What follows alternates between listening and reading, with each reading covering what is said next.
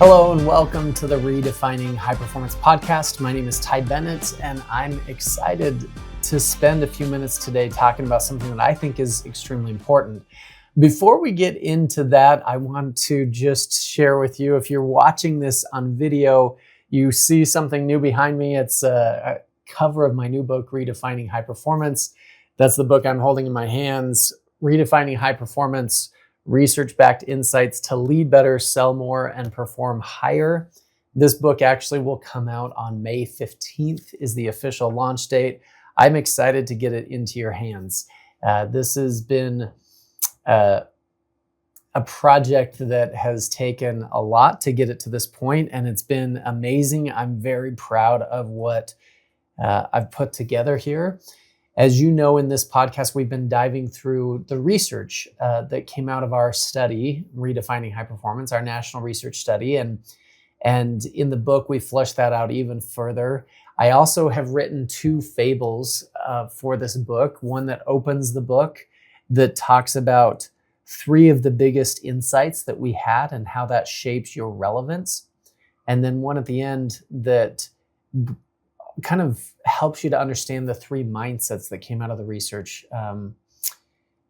And so it's a super fun book. In fact, in a future episode coming up, I'm going to share an excerpt of the book, that first fable, as part of this podcast. So you'll get a chance to listen to that. So I hope you look forward to that.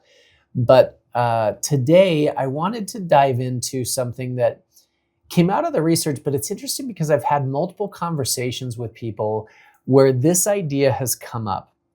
So in our research, when we looked at barriers to high performance, the number one barrier to high performance, according to the research, is the fear of failure.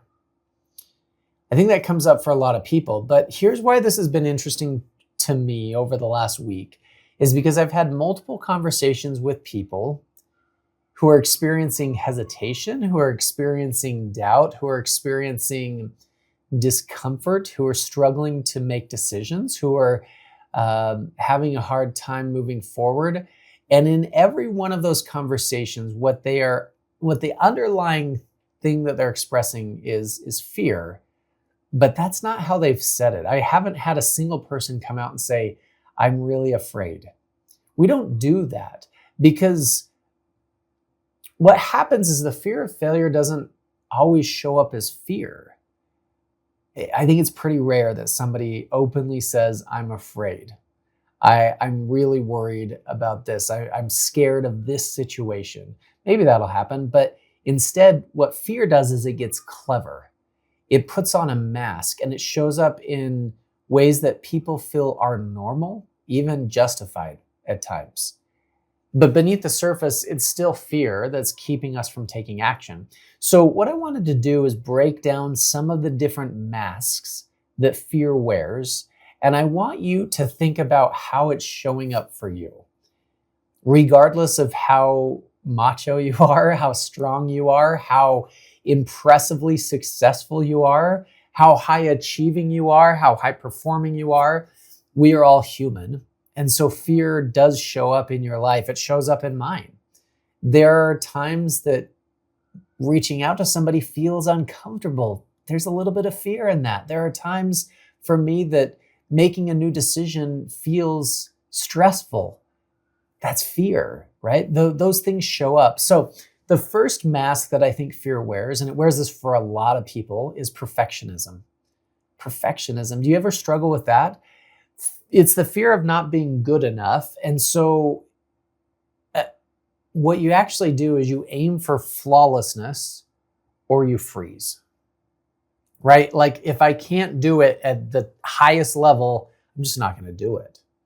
And so what you stop doing is taking action. What you stop doing is putting yourself out there. What you stop doing is growing incrementally, because nothing you do the first time is perfect.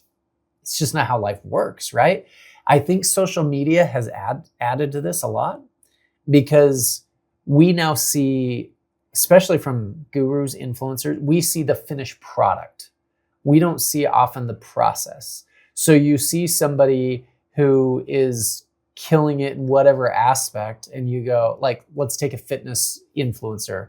You see them pretty much as a finished product, and they're doing 1 billion reps and 1 million pounds and whatever it is. And you're like, I'm so far behind.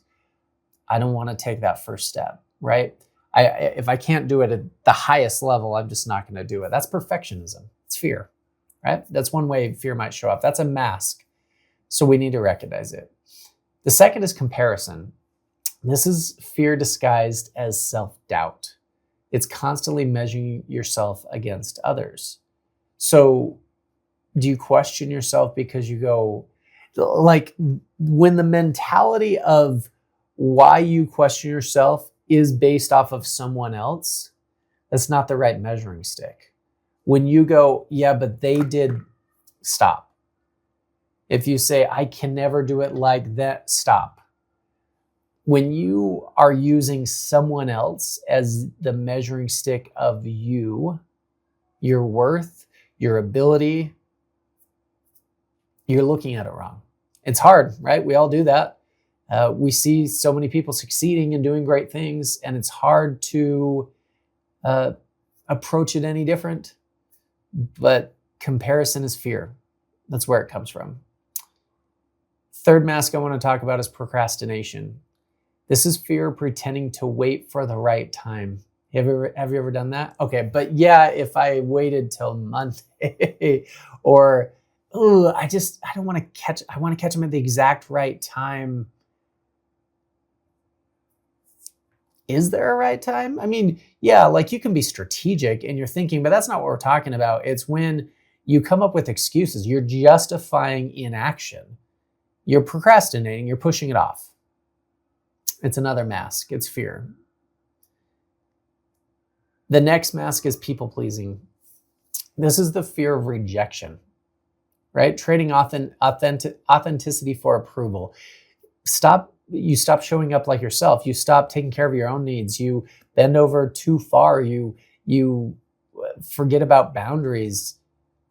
You just want people's approval because you're scared of how they're going to react. You're scared that they're not going to accept you. We all want to feel connection. We all want to feel close to other people, but fear causes us to show up in inauthentic ways, which is really hard to connect to anyway. The next mask is impostor syndrome. This is fear telling you that you are not ready, even when you are. I've felt this before. I've stood backstage before I was going to go speak to incredible audiences and gone, what am I doing here? Why would they hire me? Like, I'm going to talk to them about the dumbest stuff. And you kind of get in your head. And yet I knew I was prepared. I knew I had done the work. I knew I had worked on and continue to work on my craft. I knew that I had done my research for that particular audience. I knew I know how to connect to people, right? And so fear shows up in those moments and tells you you're a fraud. You're an imposter. And it's just not true.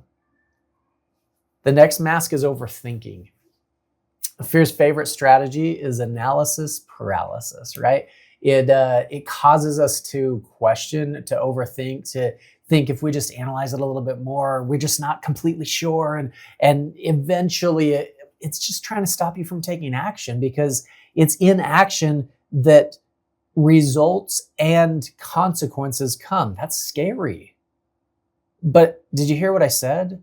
Results and consequences, not just consequences, results. The only way you're going to get results is by taking action. So stop overthinking. Another mask is avoidance. Fear of discomfort, keeping you in your comfort zone. I don't want to feel uncomfortable. I don't want to feel awkward.